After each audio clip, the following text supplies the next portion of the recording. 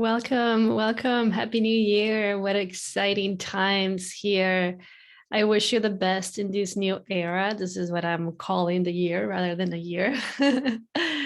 May you manifest that which you've been wanting to manifest and receive, receive, fully receive rather than just giving all the time. May you receive. So today's episode, we're talking about Kundalini Awakening. Surviving Kundalini Awakening and some tips, because it can be quite challenging. It could be difficult at times, but it's such an amazing experience that you have been calling upon to get to know yourself deeper. And this is the reason why I'm doing this podcast, this episode about it, because and calling it, honestly, surviving Kundalini Awakening. That's how my experience has been, to survive the first years, since 2016 till last year, until I did the hair ceremony, which was December of 2021. So 5 years of surviving, okay? And it might feel at times that it's a never-ending experience and that you might be going crazy or something, which for sure, I feel that it really does happen to most of the people that I have worked with.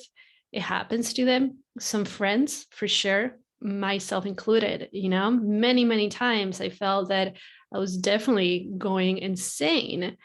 And what kept me present and what kept me from feeling even deeper into the craziness experience or story of the head through the awakening process was to have foundation, to have a foundation for my daily life and have a foundation for my life as a whole, okay? And this is very important. And honestly, just to give you like a little background, it was really fucking difficult. It was really freaking difficult, those 5 first years of the Kundalini Awakening, okay? Very difficult.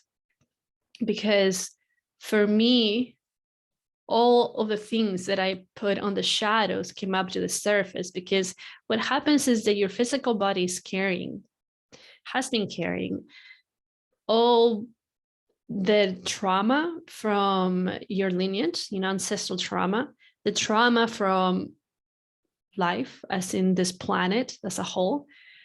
And so as you are awakening, this is also part of the live video I just did, by the way, today on Monday, what are we, January 3rd, that as you are awakening, okay, as you are awakening, what happens is that the releases, you believe that they're yours, okay? It's normal. It's normal.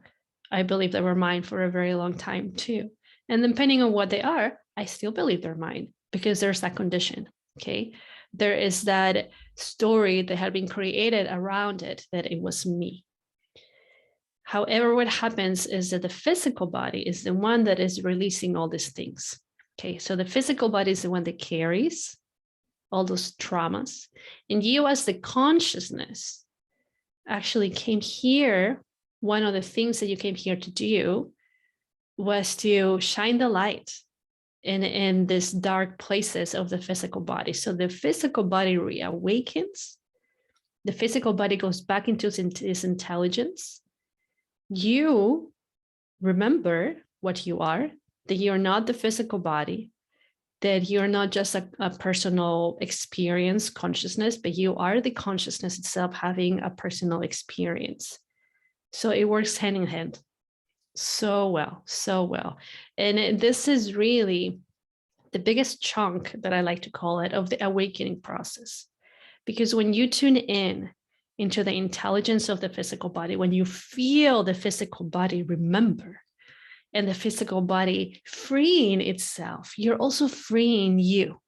And again, you're also going back into your all that is, that you chose to have this personal experience to help the body reawaken. This is one of the things, of course, not just the thing, to help the body reawaken. And through the reawakening process, you also remember that you're all that is. It's so beautiful. It's so beautiful. And it's not complex at all. You know, we make it very complicated as humans, which is also part of what is a little bit of fun, you know, and at times it could be really intense. However, okay, going back into like my own story with this, okay, it was very challenging, very, very challenging, because I was feeling since the get-go, okay, since when the Kundalini energy rose in 2016, probably like around May or something, I felt the body itself going into trances and moving and doing all this like funky, weird things to move the energy around, to release something, to crack, and to whatever it is that it was doing. Me, hadn't believed that all this time I was the physical body, was kind of like, what the fuck is going on? And then I was really holding on to the idea that I was the physical body, as the physical body was remembering itself, you know, as that remembers happens, there's those portals that open up to have the psychic abilities, right? Because consciousness itself knows everything. It can tune in into so many things, right? So then slowly I surrendered to it. But at the beginning, I didn't even know how to surrender. So of course, my trances were really freaking intense. And I'm talking about intensity as, what is this movie called? The Exorcist kind of intense, you know, when the girl is like walking in wheel and doing all these weird things and screaming and very dark energies coming out. It was the physical body. And now I know. But back then I had no idea. I knew that something good was happening. And I felt how dark those energies were. But I was like, I don't know, it's just happening. So I'm just holding space for you. Okay. And it was challenging. It was challenging. And many times I cried to my boyfriend saying that I didn't want to lose myself. What if with all these channeling abilities that I will lose who I am? I was losing who I thought I had been, but not who I am or what I am. Okay. And so this is why I call it surviving, because for me, it was like really freaking surviving this 5 years of everything that was happening.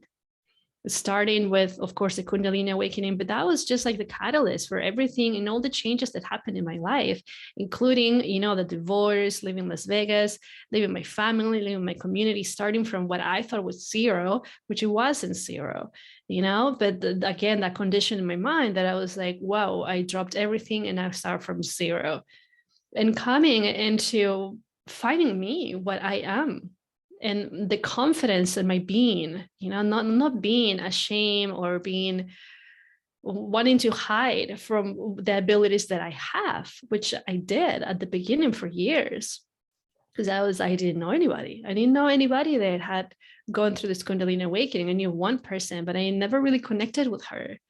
And I didn't know until I made the leap of faith and I moved to Asia. And that's when I found this community, the community of inner dance. And this is why my boyfriend and I host inner dance sessions here in Lawrence. And I'm starting to do that online because he helped me so much in that process to realize that the physical body was alive, that the physical body has its own intelligence, that the physical body was the one crying. Because I remember this one time when I was still in Las Vegas and I was still married, and I knew that like something was coming. And I went back to the second floor where my bedroom was, and I almost collapsed on the floor had it not been for my husband at the time. They helped me, and I was crying. But like the consciousness of me was like, holy shit, wow, okay, the body's crying and I feel the pain. And I mean, I couldn't stop it. Not that I want to stop it anyway. And it just cried until it was done. And it was a massive crying session, which it has happened through my journey. You know, it has happened through my journey. I just let it, because I'm like, well, this is the space that you've been needing. And this is why I'm here. One of the reasons. One of the reasons that I'm here is to hold space for you as you cry, as you go back into yourself. It's such a powerful thing, It's the same thing or very similar to when you're holding space for somebody and they're crying and you're just there witnessing them. You get to witness your physical body coming back and remember itself. This is why it's crying. This is why it does all these like crazy trance things and screams and speaks the lion language and whatever it is that it does in your journey, in your story. And it's so beautiful. It's so beautiful. It doesn't take away of the intensity of it. And maybe your journey is not as intense as mine. And that's amazing, I know that mine had to be this intense because this is what I do. I guide people and I help people through their awakening process. How would I be able to do that if my process was not intense, if it was all fluffy, and just super light? I had to go through this and I chose to go through this, and it's beautiful. I'm very grateful that I did. But I did have to survive day after day after day after day, especially when I moved to Cusco in 2019 to the land where I was born, with so many traumas happened, not just in my story of this existence, but in my lineage. And not just in the lineage, but in the history of the land. So much trauma happened that my body was carrying that. So it was massively intense surviving again, day after day, because it was almost every day, and I'm not joking when I'm telling you this, almost every day I went through a trance of 30 minutes, of an hour, sometimes it would be 2 hours, to the point that I will be, after it was done, on the floor or on the bed. Most of the time I was on the bed because Cusco was cold. So on the bed, catching my breath, not being able to move, like, okay. And I didn't have time to process it or to integrate many things until we moved out of Cusco, because it was like one after another, after another, after another. And on top of that, I was still teaching there. I was still holding space for people. Honestly, that's what gave me so much more, because it was just very dark. All those releases and all those trances, it was so dark that I needed that contrast with the light of holding space for other, of teaching yoga, meditation, pranayama, like inner dance, sacred dance, whatever it was, energy work, But again, for me, it was about surviving. And the key things for my survival in the Kundalini Awakening was to have a foundation for my day. And that foundation has been, and it still is, Kundalini Yoga. Every single day I did it. Even when I didn't have the strength to do it, I will do it. Even if at the beginning I will be sitting up, and then because of all the trances and my back was so sore and I couldn't be standing or sitting, I will lay down and continue to do it. But that was my foundation, and it's still the foundation for every single day of my life, especially when I don't want to show up for it. That is exactly when I know that I must do it. Because in my past, whenever I didn't want to do it and I still showed up and I still went against my mind, and my mind was like, what are you doing this stuff? Like, whatever, you just chill, you don't have to do it. I had a massive breakthrough. And I do it because I know it works for me. Maybe it works for you too, or maybe it doesn't, but how would you know if you don't try? And this, I realized that it was so powerful because it works with all the elements, which is also what I do energetically. I work with all the elements. And I didn't really realize that until 2 years ago or whatever it was, when I was just like, holy smokes, of course it's so powerful, because it's a technology. Why is it powerful? It works with the earth, which is your physical body. You move the physical body.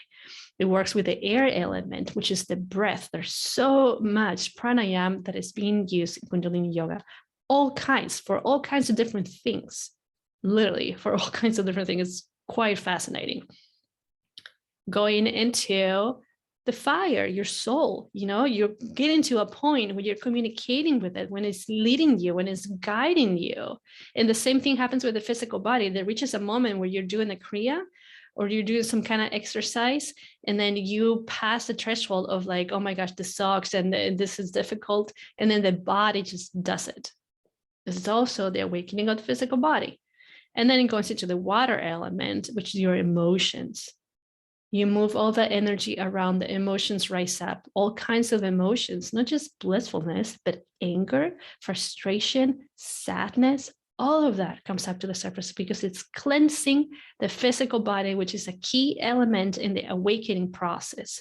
In Kundalini Yoga, we say we have 10 bodies. The physical body is the 5th body, through which every single body, the rest of them, meet up at the 5th body, your physical, for you to have this experience. So it's a portal. It's a portal that carries all this energy. Of course, it's a key element of the awakening process. Of course it is. But how would you know if you don't know, you know? And so I kept up with the practice. There's also the ether element, which is just like being in meditation, like feeling that 0 point, feeling all that is, that has no words, and you don't even know how to express that. It's such a powerful practice, you know? Most of the time, this is my belief anyway, that I feel that people shy away from it because it's so quick. Oh my Lord, it's so quick. It really leads you and it takes you there. And a lot of times, a lot of people are scared of seeing their own shit. Trust me, I was too. Until I was like, in a way, I felt like I didn't have an option because I had set up and I had said yes to me, to what I am. So all these things were like, okay, you said yes, here you go. And I was like, oh my gosh, let me breathe. It's challenging for sure, you know, for sure. And most of us are in this journey of the awakening process, the self-discovery, rediscovery, the remembrance. This is what I like to call it, the remembrance. Most of us are in this journey. We have such a deep courage to go for it, to pass through all the shadows, to learn from them, to reach into the light and merge the two. So there's the union. Just like the union of the masculine and the feminine, it's a similar union that honestly, I feel that is the same union. So having this foundation was such a key element for me, because then I was able to understand more and tune in more into what was happening. Because again, at the beginning of the awakening process, I didn't have anybody to guide me through any of these things at all. I had to figure out on myself most of the things. So it happened in 2016. By the time I actually met some people that were holding space for others through the awakening process, it was at the middle of, in July of 2018, 2 years, okay? And I kept in touch with them for sure. But then we moved away from Asia and we came to South America. And there, I mean, I did have like an amazing sister and guide that like held space for me, but it wasn't really, I wasn't working one-on-one with them. I would share some things and she was seeing my process and it was very powerful and impactful for her too. But it's not that she was like, okay, these are the steps that you take and whatever, you know? I had to figure it all out. And thank God for the psychic abilities that I was able to tune into so many vibrations, to so many deities, so many angels and other beings really that guided me through all of that. And of course, you know, the space and my boyfriend held for me as I was going through all of that. And also him was already, of course, he's through in his own awakening process, but he was already part of that community, the inner dance community in Asia, even before I came into his life. So he had some kind of awareness of all of that. He had seen bodies move like that, like how I was moving, but not in the way mine was moving, because he kept saying that my awakening was just way more intense than anything he's seen. In his own words, probably the most intense that it's been. You know? And so again, the foundation, Kundalini Yoga, showing up, being mindful, slowing down. That's also how I was able to go through all of that. Slowing down, paying attention to the emotions, talking to them, listening to them, and be like, okay. Even in those moments that were so challenging. And the moments where I was like, nope, I don't want to feel this. Go away. I'd be like, oh, okay.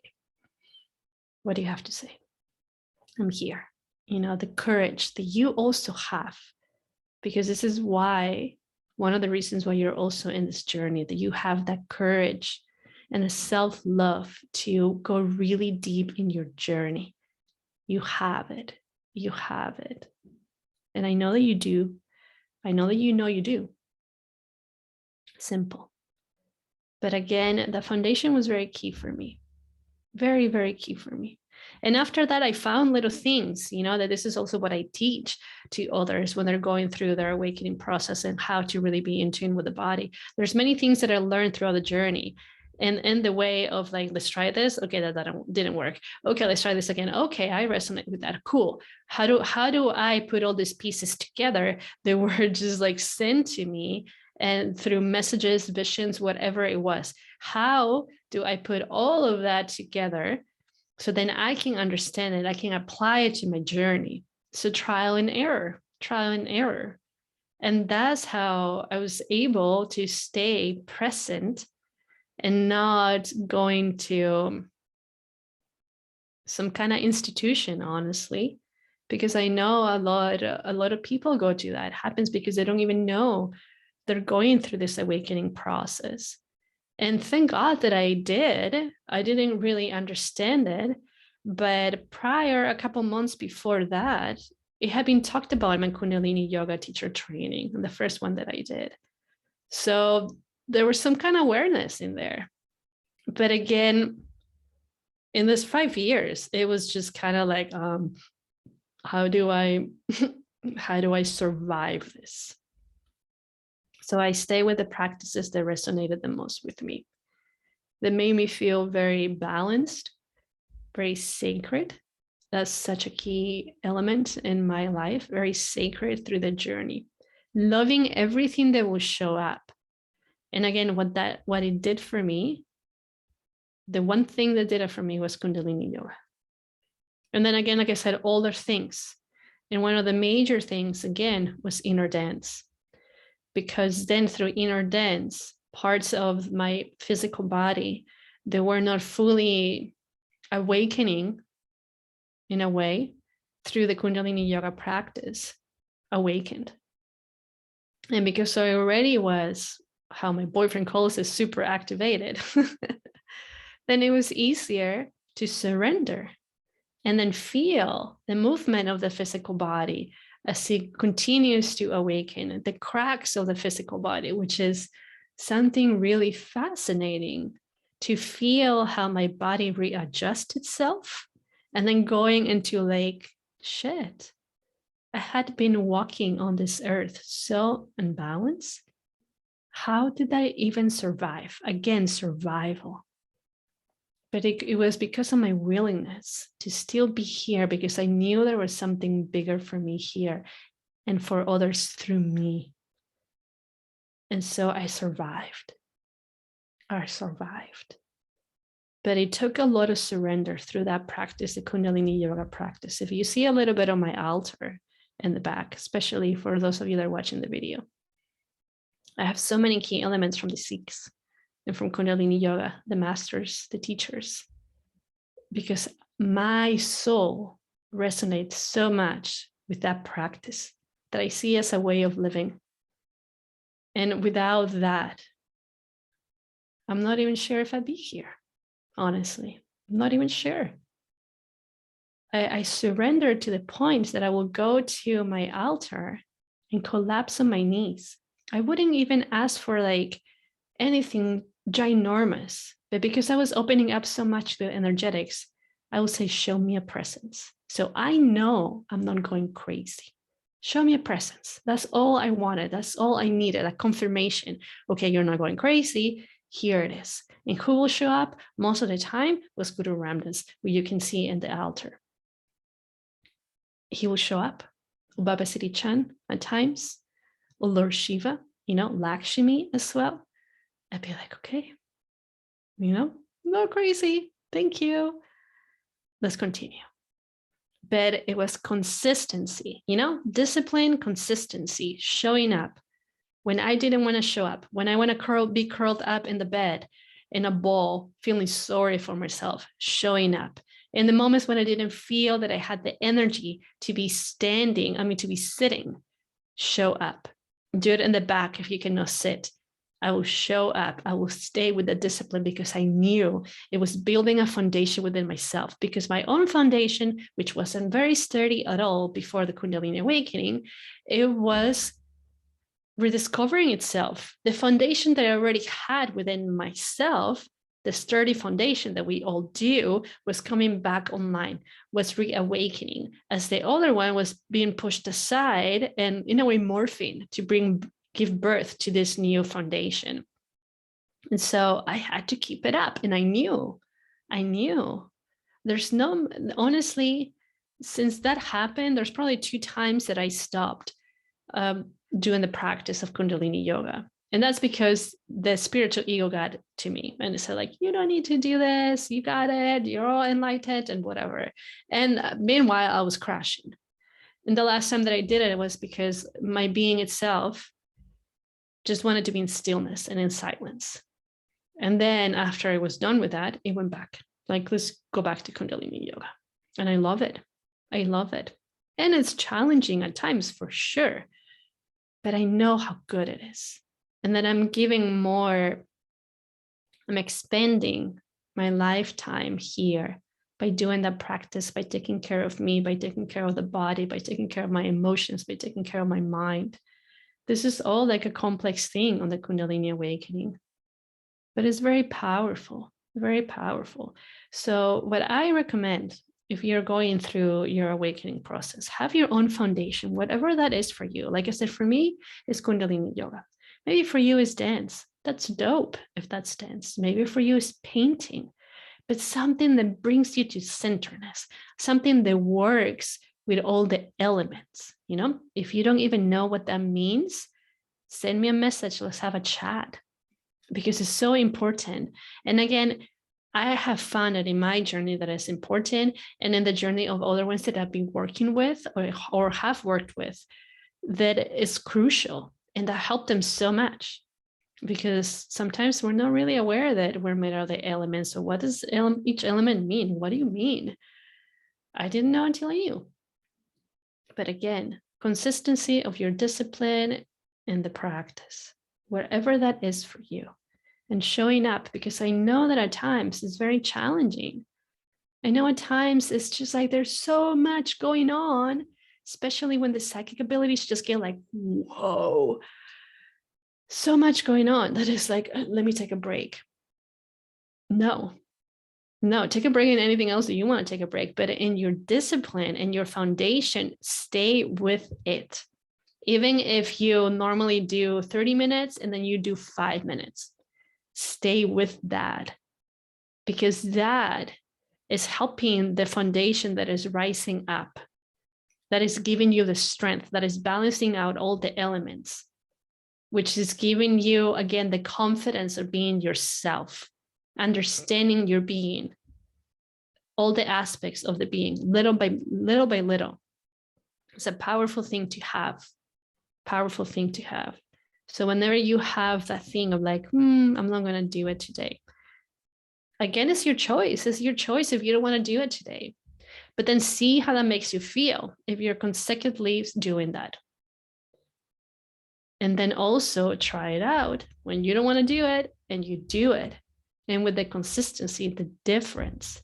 Because it's just all about experimenting with these things to see what resonates with you the most. Like I said, I experimented so much in the past 5 years to see what works for me, what will make the journey, the survival journey, a little bit lighter and easier.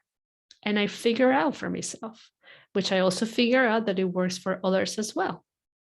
Because again, we're not so different than one another, you know?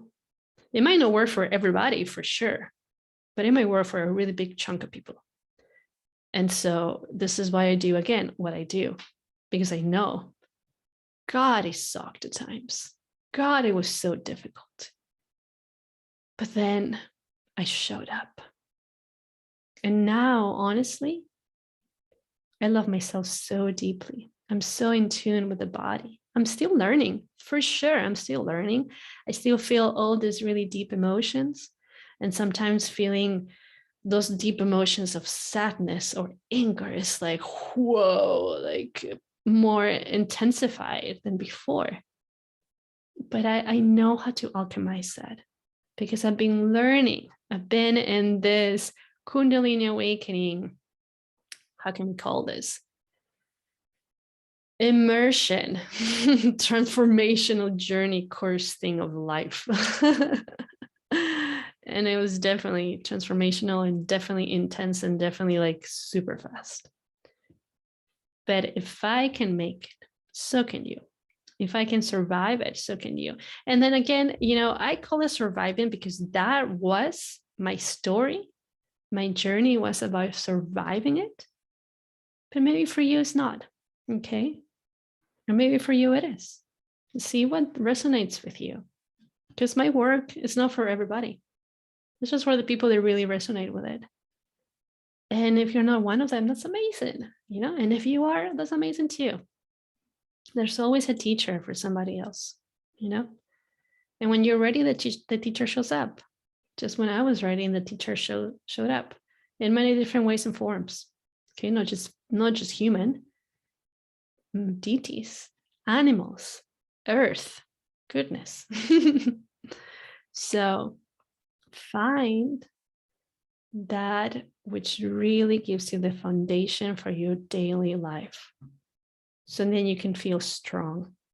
I do the Kundalini practice. The very first thing I do in the morning after washing, cold shower, and etc. The very first thing. And if I've been having massive releases, and I haven't been able to sleep and I wake up later than normal, I still do it, just shorter. But I show up. Okay. And again, if you don't even know, send me a message, we can chat, or send a message to somebody that you really resonate with. The thing is that you find it, okay? That you find that which works for you. So then it's more easy, it's gentle, and that you can tune in more into the beautiful, magical being that you are. Not so tight through the journey, but a little bit loose, getting to know yourself and different parts of you, experiencing, loving yourself, and not feeling that it's something that is punishing you. Because it's not punishing you. You haven't punished yourself because you're going through an awakening process. You have given yourself a really amazing gift to know yourself, to know what you are, to know where you come from. It's something really beautiful, very, very beautiful. So honor that in you. Honor that in you. Beautiful. Sending you so much love, many blessings. Thank you for the comments and your emails that I read them all. I might not reply to all the emails, but I will.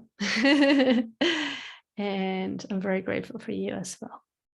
I will see you next time. Ciao, please.